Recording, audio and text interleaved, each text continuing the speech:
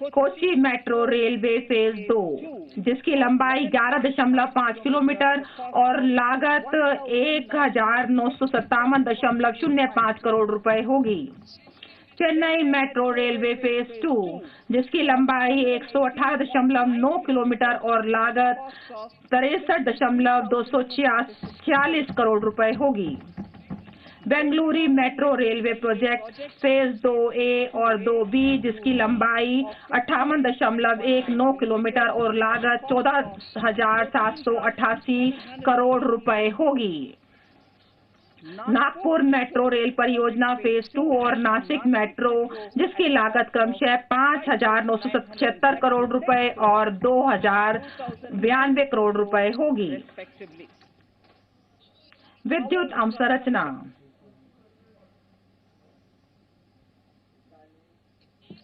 पिछले 6 वर्षों में विद्युत क्षेत्रों में कई सुधार और उपलब्धियां देखने में आई हैं। हमने स्थापित क्षमता में 139 गीगावाट्स का इजाफा किया है और 2.8 करोड़ अतिरिक्त घरों में कनेक्शन दिए हैं और 1.41 लाख सर्किट किलोमीटर की अतिरिक्त ट्रांसमिशन लाइंस बढ़ाई हैं। देश भर में संवितरण कंपनियों का अपना एक अधिकार रहा है, चाहे वह सरकारी कंपनी हो या निजी कंपनी। अब हमें प्रतिस्पर्धा को बढ़ाने की जरूरत है, जिससे कि उपभोक्ताओं को विकल्प मिल सके। एक ऐसा फ्रेमवर्क तैयार किया जाएगा जिससे उपभोक्ता एक से अधिक संवितरण कंपनियों में से अपना चुनाव करने का विकल्प रख सकेंगे। मैं इसको पुनः पढ़ना चाहती हूँ। एक ऐसा फ्रेमवर्क तैयार किया जाएगा जिससे उपभोक्ता एक से अधिक संवितरण कंपनियों में से अपना चुनाव करने का विकल्प रख सकेंगे। इन संवितरण कंपनियों की व्यवहार्यता के प्रति बहुत बड़ी चिंता है। आने वाले 5 वर्षों में 3,05,984 करोड़ रुपए के परिव्यय से एक परिष्कृत एवं सुधार आधारित तथा परिणाम संबद्ध विद्युत वितरण योजना 5 वर्ष में शुरू की जाएगी।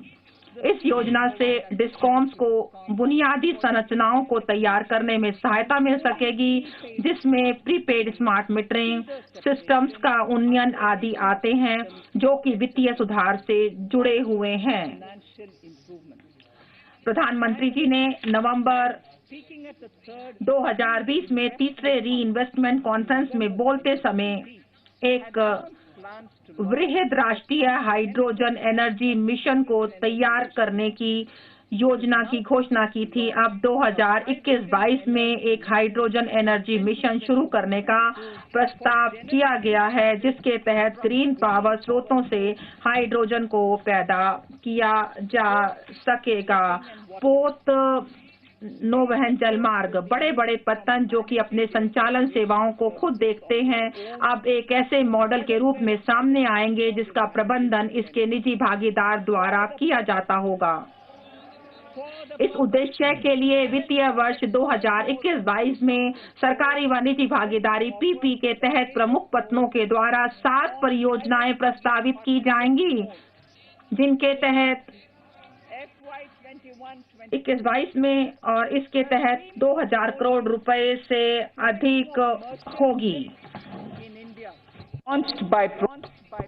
भारत में मर्चेंट शिप को बढ़ावा देने की एक योजना शुरू की जाएगी, जिसमें मंत्रालयों और सीपीएसआई के द्वारा जारी किए जाने वाले विश्व स्तरीय निविदाओं में भारतीय शिपिंग कंपनियों की सब्सिडी के माध्यम से सहायता दी जा सकेगी।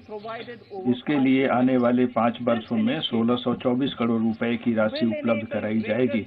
इस प्रकार के प्रयास से ग्लोबल शिपिंग में भारतीय कंपनियों की हिस्सेदारी के बढ़ने के अलावा इंडियन सीफेयररों के लिए प्रशिक्षण और रोजगार के बेहतर अवसर सुलभ हो सकेंगे।